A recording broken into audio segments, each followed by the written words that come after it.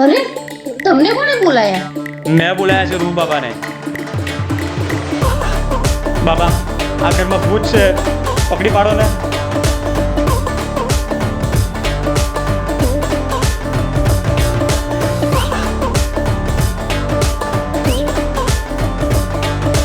બાબા, ભૂત આવે છે ક્યારે?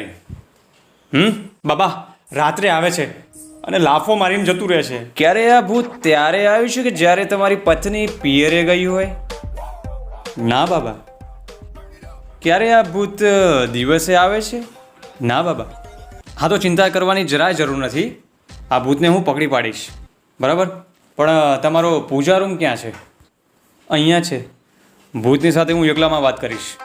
હા, પણ એ વ્યક્તિનું જોડે રહેવું જરૂરી છે કે જે રોજ પૂજા કરતું હોય. જા રૂ બાબાની જોડે.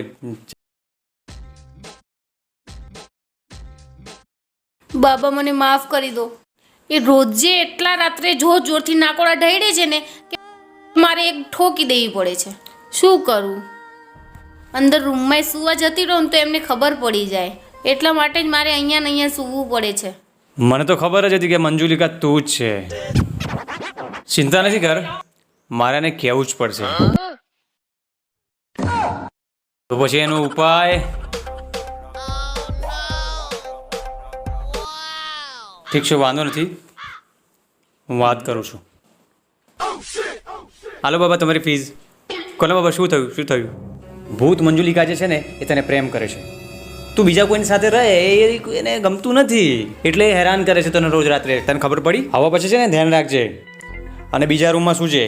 હા, ઠીક ઠીક ઠીક છે બાબા, ઠીક છે. અને કોક દિવસ છે ને પૂજા પાઠે કર ગાંડા.